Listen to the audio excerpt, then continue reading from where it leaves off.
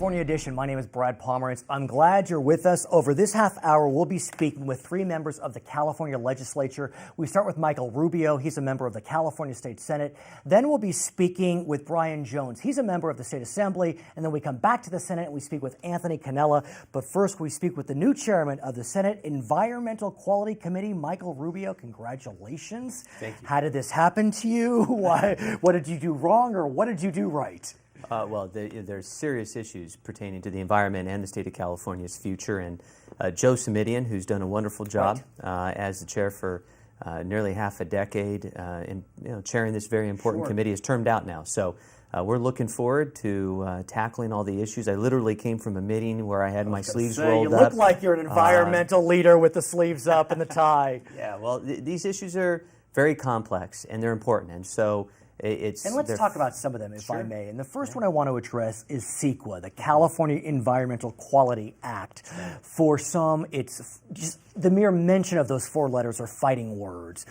There's a sense that CEQA is used as a weapon through litigation. The governor, though, has said he wants to see CEQA reform. There was a small piece of CEQA reform, but that just related to a football field in Los Angeles that may or may not happen, thanks to AEG deciding to sell itself, but I'm not angry, and we'll talk about that later. But talk to me about CEQA reform. Sure, it's a great law that's 4 decades old now. Is it, though? Is it great? Oh, it's a wonderful law that does a lot of good. However, there's a lot of abuse within it. So our challenge is, how do we modernize it? With everything else, if you've got an iPhone, your app often has to be updated. There's no difference with CEQA. We haven't updated it in 4 decades, and it's time to do that now. When it was created back in the 70s, we didn't have California Air Resources Board. We didn't have the local air districts. We didn't have the Regional Water Quality Control Board. We have a whole body of now laws that are regulating those important issues. Let's take into account those new laws, update CEQA so that it can't be abused in those areas where it is regulated. So you have a governor who wants to update it. You have the chairman of the Senate Environment Committee who wants to update it. And you have plenty of Republicans who want to update it. They talk about that often. So what's the delay? It's going to take a working group and a number of people, stakeholders coming to the table. And by the way, you also have the President Pro Tem now saying that we have to reform it and modernize CEQA. And so it's going to be done at a table like this, with people from the environmental community, folks from our friends with labor, also though from the private sector and public sector. Agriculture? Absolutely, but there are public projects now that are held up. And I think about your district. I mean, you live in ag country. And so, CEQA is, it's a two-edged sword for, I'm sure, many of your constituents. It is, but listen, if we want to build anything, a new highway, a new school, a high-speed rail. A high-speed rail or a new water conveyance system, you've got to go through the environmental process, and you should go through the environmental process. But here's the question. Once you've met the law, what does that mean? This law right now is the only one that I know of in the country where you can meet or exceed the law and still get sued. And when you get sued, projects are delayed or they don't happen at all. And as a result, jobs are lost. But then how do we protect, though, the private right of action? I mean, or a public right of action, for that matter. You absolutely preserve it, and you put it in place. However, but what do you do? I mean, for example, with Farmers Field, the action it has to be decided within 18 months, I think it is. That was done on the back end. I'm looking at resolving some of the issues on the front end. What do I mean by that? We have some of the highest standards in the state of California. There should be an incentive for those who have substantial compliance to a good law like CEQA. Right now, we give no consideration if there's substantial compliance. We have a lot of provisions within the laws if you have a significant or substantial impact. But what about compliance? What about the good actors? Renewable energy projects, solar, wind. We have a law now that says we want that. But some of these projects are taking somewhere between 4 and 6 years to site and permit. People are not working for those projects when they take that long. I also want to ask you about what's known as fracking, hydraulic fracturing. For our viewers, what is that? It's a process conducted now by the oil industry where a combination of water, sand, and chemicals are brought in together, and 1 to 2 to maybe 3 times in a particular well, they go down and fracture up the molecules down sometimes 10 to 13,000 feet below ground, or sometimes a little more shallow. And it's a way to recover oil. or natural gas for that matter. Now, here's the challenge, some would argue. We are the fourth largest oil-producing state in the nation, yet we have no rules or regulations related to fracking. We have to develop them, no question.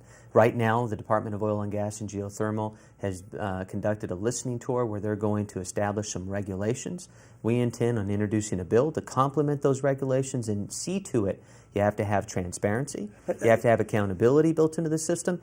The Dogger should know Dogger is the Department of Oil and Gas who oversees the oil industry in this particular procedure of fracking. They should know when somebody is fracking, and we should ensure that the water tables are not being contaminated. That's the big issue. Yet this session, Senator Fran Pavley had a bill that was not going to regulate fracking. It was simply going to notify local property owners and water authorities that fracking was going to occur. That bill died in the Senate. It did, but that bill didn't only apply to fracking. That bill applied to every single oil well in the entire state of California, for which you already do a great deal of reporting on 90% of those wells. So that's why you think the bill died? The bill went far beyond what you just described right now, and that was the reason fundamentally why it didn't get out of the Senate. So the governor has said that he would like California to look at fracking. You know, look, we don't know a lot about fracking, but we do know it could be a way to decrease our dependence on foreign oil. Absolutely. So where's the balance? Listen, that's how you got to, my approach has always been bring people to the table and find a solution to this. There's nothing better than local production. If we don't produce a barrel of oil here in California, we're going to ship it in from countries that don't like us. So let's find a way to do it responsibly, have accountability built into the system, and I think we're going to be able to strike that balance. Well, how close are we then? Because there's a lot of nervousness. I talk to people out in the community. There's a lot of nervousness. I mean, in Carson, there's some oil wells being developed. I don't believe they're going to frack there.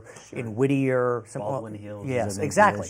Right. So there's nerves. The nerves are frayed over this issue. We've got to resolve those issues, and you only do it by being transparent, providing factual information to the individual responsible parties and the agencies that are required by statute to protect groundwater. When, you know? We do it now. But on the issue of reporting, transparency, regulations, we're not there, and fracking is happening every day. That's right. That's why we need to introduce a bill to accomplish that. I intend to have a hearing now as the new chair of VQ in the Senate to gather all the facts and find that pathway to be able to have transparency, accountability, and the reporting that's needed to protect the environment and the communities here in California. I'd be remiss if I didn't ask you about the water bond. Absolutely. Before you got to the legislature, I believe, there was a grand bargain on the water bond, 2009. And the intent was to put that bond on the ballot in 2010.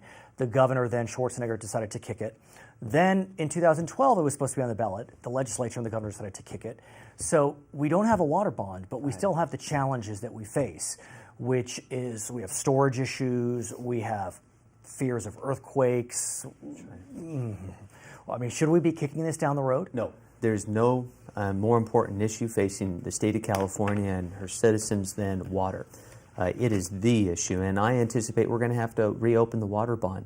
We can't kick this can down the road anymore. Reopening, those are fighting words to some. We have to reopen the water bond. Let me say it here and now. But that was a grand bargain, but with people on the far left and far right agreeing to it. Unfortunately, it was a deal that could pass the legislature, but couldn't pass the electorate. We have to come up with a package that can pass the electorate, and right now, all the polling, in fact, and all the people I talk to, from folks out in the ag industry to people who are environmentally concerned to good old folks in the grocery store. Sure. When I go to them and I ask questions, they don't want to support a bond that's over $11 billion when the two key principles of that bond, storage and protecting and preserving the delta, only comes out to about $6.5 billion. But some of the What's other left in the goodies, water bond?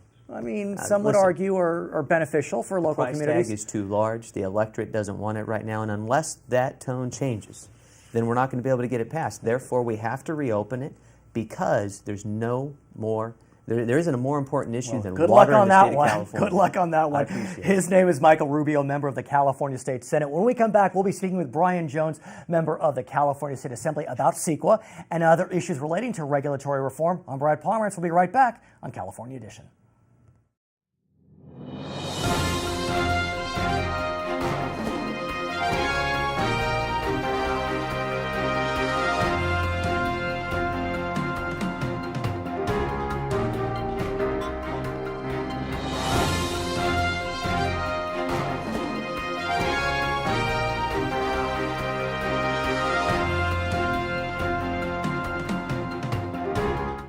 Welcome back to California Edition. I'm Brad Pomerance. I'm glad you're still with us today. Our guest is Brian Jones. He's a member of the California State Assembly, and you have been a renegade for regulatory reform from the day I met you. I'm trying. You are trying, and I do want to talk to you about the past session. Sure. Because some could argue that this was a positive year as it relates to regulatory reform. Mm-hmm. We saw some reform of the ADA, Americans with Disabilities Act, as it relates to California. We saw some workers' comp reform. We saw some pension reform. What do you make of this session, sir? Well, first of all, the pension reform and the workers' comp reform I think, should be concerning to most California citizens. We have a 2-year session, and we have a full-time legislature with full hearings and committees and the whole deal that all of these bills are supposed to travel through, a process and a path to approval. And both of those major reforms came to us in the last 2 days of the session. Let's focus on workers' comp reform, because I think it's fair to say that your description is pretty accurate. Right. I mean, I follow the news, at least I try to. Right. Workers' comp was nowhere on the horizon. That's exactly we had been talking about pension reform. We'll get to that in a second. Some would argue this actually was a stroke of brilliance by the governor. You'll laugh, but let me just talk it through, and then you can continue. He got both sides together. He got big business. He got the lawyers. He got the doctors together to come forward with reform of workers' comp. What do you make of that, aside from the process? Well, first of all, I will give him credit for getting it done. And I do think there's going to be some positive things that come out of that. We'll see after the first of the year, once it's actually implemented, what the full effect is going to be on large employers and small employers. But the bottom line is this is a major overhaul of the workers' comp program in California. We're the biggest state. So are you concerned that the process was just deficient? I mean, literally that it just came too fast and there will be unintended consequences? Or are you willing to say, I'll take a small win, at least we got something? And actually, all the above. Okay. I'm comfortable saying I'm comfortable with a small win, because anything that moves us in the right direction is a win. If we didn't get the full apple, we got a bite of the apple. Because it is remarkable that, even though it happened in a couple of days, you did have both sides there. Yeah, well, and he had been working on it for quite a period of time. He didn't tell us. But the problem that I see as a legislator and a representative of the people of California, we don't have a dictatorship. The governor's not a dictator. He has to cooperate with the legislature. So the legislature was cut out of this negotiation process, except for maybe 1 or 2 people, as best I can tell. Leadership. Right. But it didn't come through any committees. It wasn't vetted by the press, like you've already admitted that you didn't know about it. It wasn't vetted by any committee hearings. It wasn't vetted by any of the interest groups in California that have a vested interest in the outcome of that. None of them had a seat at the table as this was getting worked out. Okay, so let's talk about the pension reform. Okay. I mean, look, I think it's fair to say that was on the agenda. I mean, we had been talking about it for 2 years. The Republicans, you yourself, submitted the governor's 12-point plan. Many thought that was a stroke of genius to submit that plan. That plan did not pass. Right. It was a different plan. Right. I had heard rumblings that Assembly Republicans were incensed. Senate Republicans willing to take the win. At least it's a small step, but it's a step. What's your sense? Let's talk about that. So we put together a plan earlier in the year to go through the process, to do the process as set out by the Constitution of California, so that the citizens of California, the interest groups, the media, have an opportunity to see this vet itself out in the committee hearings and work itself out and become something real for Californians. What we got was a gut and amend that came out in the last 2 days of session, and that said, take it or leave it. Well, the process, again, may be suspect, but let's talk about the particulars. Sure. There are some. We're getting plaudits on this. Right. I mean, we meaning California is getting plaudits on this. Yes. The markets seem to like it. The bond markets seem to think it's a positive. Are you willing to give plaudits on this? I think initially all of that's going to be accurate, but particularly on the pension reform, I think this one's going to show itself too little, too late. But what do we do? I mean, well, on pension reform, we've got to have a major overhaul in California. And I want to be very careful and clear to say that we need to be fair to the workers that are counting on this pension reform program. And 98% of them probably are, doing it properly and right. It's just those couple of outliers that are taking advantage of it. Well, let's talk about the workers, because it's an interesting question. When you look at the private versus the public sector, for many years the public sector paid more, But what the private sector gave was great benefits, Right. great pension benefits, great healthcare benefits. Now those You mean benefits. the other way around? The private sector paid better, but the Yeah. public sector had the better benefits. Exactly, Yeah. exactly. And so my question for you is, with the public sector pulling back on these benefits, they may have to, is the public sector at risk of losing the best and the brightest? Well, I think what's happened, let's just be very clear, blunt and honest. The labor unions in California have done their job. Their job is to get better pay and better benefits for their workers. That's their responsibility. Sure. They have done that. To the point now, in a lot of instances, that the pay and benefits for the public employee are considerably better and long-term and reliable than in the private sector. Now, you and I growing up in school, when we were going through economics courses and Right. civics courses, we were told there's two routes. You go to the private sector, you make more money with less security. Right. You go to the public sector, you make less money but more security. But is there now that more security? I mean, we're essentially... On the public sector, absolutely. I think But- they've gotten to the point now in California where the public sector has the more pay and the more security. Is that really true, though? I believe so. On the security side, maybe they may have civil service protections, Right. but I want to focus on the benefits, though, because Right. that was a real plus for public Oh, absolutely. service. Yeah. And so, the concern is that we're pulling back all these benefits, it becomes less attractive. So this pension reform does not pare back the reform the pensions to where it's less than That's where the private that's the sector answer I was looking Oh, for, no, if that's what you were going to the provide. public sector pension program is still far better than most private sector. Now, Kima, we're talking generalities. Of we're, course we are. we're not talking individual people. So generally, the public sector employee retirement system, even with these reforms that are very minor and a lot of the states been exempted from, still are not less than what a private sector I employee do want to ask you about one point that was not included in the pension reform package that ultimately passed, and that would have been a 401k hybrid that the governor had supported. Right. Is that a big disappointment for the Republican caucus? I don't know that having the hybrid system is the best answer. I can't sit here as an expert on retirement systems and say that. What we've got to do, though, is we've got to get to the point where the state can afford the pension program it's promising. And without putting too much of a burden on the taxpayers beyond what they're receiving in their own job. One area that the state did not tackle was healthcare costs for its employees and retirees. Right. That is the next big boogeyman in the room. Right. Is that something that will be looked at in the next session? Well, I think that's a big boogeyman nationwide, not just here in True. California. We've got an election coming up in November. The choice of president and Senate, if the Republicans take the Senate in Washington. Dicier at this stage. Well, right. It's election season. It's supposed to Who be knows? dicey. Right, who knows? So I think a lot of those questions are more legitimately asked after November 6th. But still, California has its own healthcare plan. Oh, we're going to have to tackle that, yeah. Okay, so let's look forward towards regulatory reform. What are your goals for the next session? One of the things we need to keep working on, and we mentioned earlier, is CEQA, Yes.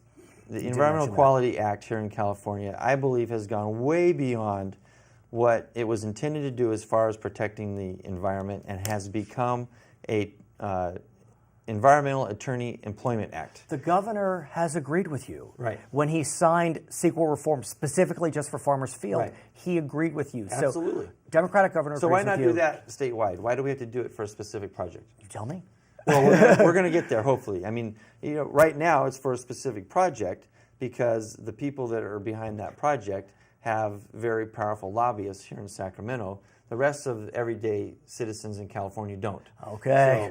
So if we can pair that across the state, we'll be in good shape. His name is Brian Jones. He's a member of the California State Assembly. When we come back, we'll be speaking with Anthony Cannella. He's a member of the California State Senate. I'm Brad Pomerance. We'll be right back on California Edition.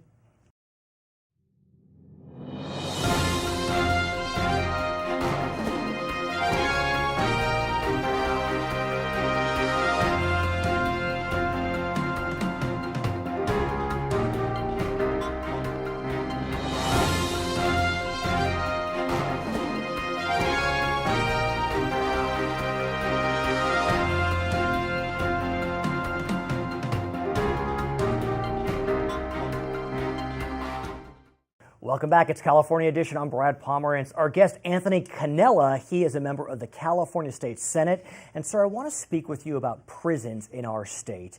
As you know, in May of 2011, the U.S. Supreme Court ruled that California prisons were inhumane, they caused needless suffering and death, and amounted to cruel and unusual punishment, and therefore ordered that the prison population be reduced. That was a challenge. And what we got was a plan by the governor that would send lower level offenders from state prison to county jail. We're actually about a year into the plan. What do you make of this real massive realignment, just a sea change? Well, I think that it's problematic, honestly. I mean, I understand that the courts said that we had to relieve the prisons a little bit. Well, what's happened now is as you mentioned, they've all been sent to the counties. And so in a lot of the counties in my district, they actually Which are is now, what exactly? So I represent the 12th Senate District, which is currently Stanislaus County, Merced County, Madera County, San Benito County, and Monterey County. Beautiful counties. So in all those counties now, their jails are overcrowded. Right. So the problem with realignment is twofold. Number one, the infrastructure is not set up for these counties to handle. Because I will be honest, I think the local government is the best form of government. I think they could do a great job. And one could argue that if you serve your time close to home, you have a greater chance of rehabilitation because your family will be close. But if you go to a state prison, you could be sent anywhere. That's true. If to be sent to state prison is very difficult. It's not like someone steals a loaf of bread and they go to state prison. These are usually criminals that are ingrained in the society. Under the prior plan, pre-realignment, most people are going. So I think the counties can do a better job. The problem with realignment is, number one, there's no constitutional guarantee of funding for these counties. And number two, there's no infrastructure set up for these counties. For example, the state prisons have had years of practice of rehabilitation, whether it's working or not. They have the vocational system. The counties don't have that. And so what's happening is these counties are trying to comply because they have no choice. They continually get prisoners, and the funding's not there, and it can be changed every year. Let me ask you about the funding, because as I understand it, Proposition 30, which will increase sales tax by 1/4 cent and increase taxes on the wealthy for 7 years, the 1/4 cent for 4 years, that provides for funding for realignment. What do you make of that? Because that's part of the problem is the first cycle was funded, but nothing beyond that. Yeah, that's true. The proposition would provide a constitutional guarantee, and unfortunately, or fortunately, the way you look at it, those taxes are polling below 50%, and I think that the government hasn't proven themselves capable of managing the current money, and I think citizens are skeptical of giving them more. But so the funding is a problem, but even more than that, is the system is already being gamed. For example, in Monterey County, they're overcrowded. They're already 120% of jail of occupants. They're actually releasing prisoners because they don't have the space. Yet when the funding is provided, there was supplemental funding this year. There was. And the supplemental funding rewarded counties like Marin County and Contra Costa County, which have very few prisoners. Why? I don't know why. I don't know the answer to that. But then you have hold a hearing, find out. Then you have like Monterey needs the money, they didn't get it, and so. My goal this year is, look, realignment's here. If I could wave a magic wand, I would do it differently. However, it's the law. The governor's committed to it. So it's my goal this year to try to get adequate funding for these various jails, because what happens is Monterey County now they're over capacity. So they've got to send prisoners to other counties. Well, the problem is those counties say, yeah, we'll take your prisoners, but we're going to charge you $77 per day per prisoner, when the state is only funding to maybe $10 per prisoner per day. So we've got to change that funding. So wouldn't Prop 30 be the answer then? No, Prop 30 is not the answer. Prop 30 will fund in its aggregate, but it will not fix the scenario for each individual county. So what we have to do is, maybe it's similar to what we do for schools with ADA, average daily attendance. The money follows the child, not the institution. So maybe we change the law to do that with the prisoners. If a prisoner can't go to Monterey, it goes to Lassen, then they get the money for it. Furthermore, what's happening is these prisoners, these 3 nons as they call them, those used to be the prisoners that would be sent to these fire camps. So the state would send them out to fire camps. Well, now all those folks are in county jail. The counties want to say, well, we want to continue the fire camp, but then you got CDF or CAL FIRE, as they're now called, saying, okay, we'll do that, but we're going to charge you $100 per prisoner to go out. I know that's happening in the Inland Empire, for example. It is happening. So the state games the system all the way. They say, hey, county, you're the best to do this, but we're not going to give you adequate resources to do the job. And I think that's what we have to focus on this year to try to, I think it was a flawed system to begin with, but I've moved on from that. Now it's about trying to make it work, because the county sheriffs can make it work if we give them the tools to do it. What about prison construction? I mean, for some, those are fighting words, but is it time for the state to build more prisons or the counties to build more jails? Yeah, and I think the counties are trying to do that. And I think that's really the problem here is we have not built a prison in many years. And so we as a society want to be safer, so we pass these laws that put people away longer, but we aren't keeping up with the infrastructure. And so now these folks are being released. So I would argue, yes, we should be building more prisons because ultimately we have been safer with them away. Now that these folks are getting released, we call them the best of the worst. They're out there, property crimes are through the roof. And so it is a problem. What about, I know what some counties are trying to do is if they do need to release because they are overcrowded, they're doing ankle monitoring. What about the state funding those types of programs so at least we could decrease our prison population, which we have to under U.S. Supreme Court order, to try to ease that burden? Yes, and the local sheriffs and probation officials are doing that. But again, it comes down to proper resources. We have got to make sure that they get the money. And the Prop 30, the constitutional guarantee, I think, minus the taxes, that's important to constitutionally guarantee that. But then we have to make sure that the counties that need it, my counties, which house most of the prisoners, should get a priority over Marin County that probably has 60 people in jail. So if Prop 30 fails, then what? I mean, no funding, no constitutional guarantee. Yeah, well, we need a constitutional guarantee. So how does that happen? Oh, you do a proposition to say this is important. So the governor was wise to lump these all together. We're going to cut schools 4 weeks. Have you come out in favor or against Prop 30? I have not come out, no. Okay. So if Prop 30 fails, could the legislature pass a constitutional amendment? No. It has to go to the voters. Correct. I mean, the voters are nervous. They tend to vote no on propositions. Right. And so what do we do here? Because like you said, there really is no choice. Unless we want to become, Alabama of 1960 and fight against the feds and have the National Guard come in, we got to decrease our population. Well, or we increase our institutions where we can house these folks. Again, we allocate appropriate money all the time in the state without constitutional guarantees. So we can properly fund this program. I just think the state has proven itself incapable of resisting the urge to grab money that's meant for public safety and putting it towards other programs. So we have to be disciplined. We have to make sure that the counties have sufficient funds to do this right. We have to make sure there aren't richer counties not gaming the system so that the counties that actually have the prisoners have adequate resources. So how does that work? What needs to happen? Is it the ADA formula that you suggest? I think that's a model that a few of us have been talking about. What about, have you spoken with some Democrats? Because obviously in California, you need to speak with Democrats in our legislature. Yeah, the Democrats, they're facing the same thing. Again, the concept of realignment, bringing services back to the local government, which are the most responsive to citizens, in my opinion, I think that's a workable model. Now we've just got to make sure that adequate funding gets to these folks so they can do their job. And it's hurting the Democrats just like it is the Republicans. And I can just imagine what it's like in Los Angeles. It's got to be a lot worse. I mean, as you know, in Los Angeles, there is a major scandal going on because there were guard gangs, allegedly, that were really causing havoc at Men's Central Jail. And that's the county jail that's supposed to be housing these 3 nons, the new 3 non-nons.